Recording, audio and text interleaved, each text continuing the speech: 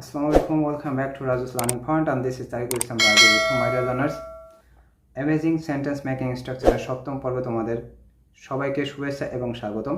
My dear learners, ইতিমধ্যে আমরা 6টি পর্বে 2টা করে 12টি স্ট্রাকচার শেষ করছি। আজকে আমাদের সপ্তম পর্ব। তাহলে চলো দেখা যাক আজকে আমাদের কোন দুটি স্ট্রাকচার থাকছে। So my dear learners, no more wait, let's get started our class.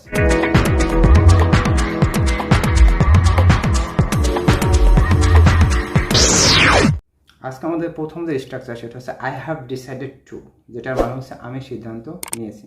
যেটার স্ট্রাকচারটা হবে subject plus have oblique has plus decided to plus beyond plus extension. আবার বলছি subject plus have oblique has plus decided to plus beyond plus extension. যেমন আমি একটি computer কেনার সিদ্ধান্ত নিয়েছি, তাহলে I have decided to buy a computer. I have decided to buy a computer. সে ঢাকা যাওয়ার সিদ্ধান্ত নিয়েছে, তাহলে সাবজেক্ট হবে হি যেহেতু থার্ড পারসন সিঙ্গুলার নাম্বার, এরপর হবে has. He has decided to go two Dhaka. He has decided to go two Dhaka. আমি নিজেকে পরিবর্তন করার সিদ্ধান্ত নিয়েছি। আমি নিজেকে পরিবর্তন করার সিদ্ধান্ত নিয়েছি। I have decided to change myself. I have decided to change myself. আমি তাকে বিয়ে করার সিদ্ধান্ত নিয়েছি। I have decided to marry her. I have decided to marry her. আশা করি এই স্ট্রাকচারটা বুঝতে পারছো। তাহলে চলো আমরা আজকে পরের স্ট্রাকচারে যাই। No longer able to. আমরা অনেক সময় বলি না তুমি আর কাজ করতে পারবে না, তুমি আর হাঁটতে পারবে না, তুমি আর দৌড়াতে পারবে না, তুমি আর কথা বলতে পারবে না। এই যে পারবো না, এই ধরনের উক্তিগুলো যদি বাংলা বাক্যের শেষে থাকে তাহলে আমরা no longer able to দিয়ে বাক্য করতে হবে। গঠনটা হবে এরকম subject plus be verb plus no longer able to plus beyond plus extension. আবার বলছে subject plus be verb plus no longer able to plus beyond plus extension. তুমি আর হাঁটতে পারবে না, তা you are no longer able to walk.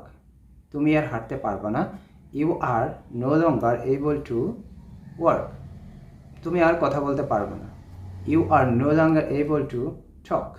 You are no longer able to talk. তুমি আর দৌড়াতে পারবে না, you are no longer able to run. তুমি আর দৌড়াতে পারবে না, you are no longer able to run. So my dear learners, আশা করি আজকের পর্বে তোমরা দুইটা স্ট্রাকচার খুব ভালোভাবে বুঝতে পারছো। তাহলে চলো স্ট্রাকচার দুইটি আমরা শুরু থেকে আবার একটু হাইলাইট করি। আমাদের প্রথম যে স্ট্রাকচারটা ছিল সেটা হচ্ছে আই হ্যাভ ডিসাইডেড টু, যেটা মানে হচ্ছে আমি সিদ্ধান্ত নিয়েছি। এটার স্ট্রাকচার হবে কি subject plus have oblique has plus decided to plus beyond plus extension. যেমন আমি আমেরিকা যাওয়ার সিদ্ধান্ত নিয়েছি, I have decided to go to America. আর একটা স্ট্রাকচার কী ছিল no longer dot dot able to, অর্থাৎ তুমি আর কাজটি করতে পারবে না, তুমি আর হাঁটতে পারবে না, তুমি আর দৌড়াতে পারবে না। এই ধরনের যদি বাংলা বাক্যে শেষে এই ধরনের উক্তি থাকে তাহলে নো লঙ্গার এবল টু দিয়ে বাক্য করতে হবে। গঠনটা ছিল এরকম subject plus be verb plus no longer able to plus beyond plus extension. যেমন তুমি আর হাঁটতে পারবো না, you are no longer able to walk. তুমি আর দৌড়াতে পারবো না, you are no longer able to run. তুমি আর কথা বলতে পারবো না, you are no longer able to টক।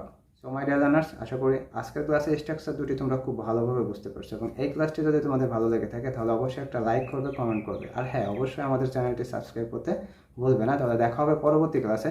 ততক্ষণ পর্যন্ত ভালো থাকো, আল্লাহ হাফেজ।